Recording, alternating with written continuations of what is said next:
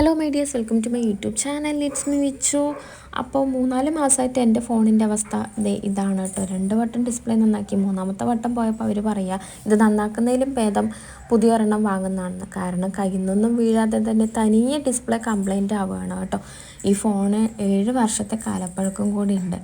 അപ്പോൾ ഇതിൻ്റെ പ്രോബ്ലം എന്താണെന്ന് വെച്ചാൽ തനിയെ ഓപ്ഷൻസ് ഓൺ ആവുക, നമുക്ക് ലോക്ക് എടുക്കാൻ പറ്റാതാവുക, തനിയെ കോള് പോവുക, കോള് റിങ് ചെയ്യുന്നുണ്ട്, പേര് ആരാണെന്ന് പോലും അറിയില്ല, അങ്ങനത്തേക്കുള്ള പ്രശ്നം. അപ്പോൾ എന്തായാലും നമുക്കൊരു പുതിയ ഫോൺ വാങ്ങാതെ പറ്റില്ലെന്നായിട്ടോ. കാരണം നമുക്ക് വസ്ത്രം ഫുഡ് പോലെ തന്നെ ഇപ്പോൾ ഫോണില്ലാതെ ഇരിക്കാൻ പറ്റാത്ത കാലം കൂടി. പിശുക്കന് ഇരുചെലവെന്ന് കേട്ടിട്ടേ ഉള്ളൂ. ഇതിപ്പോൾ ഞാൻ അനുഭവിച്ചറിയുന്നുണ്ട് കേട്ടോ.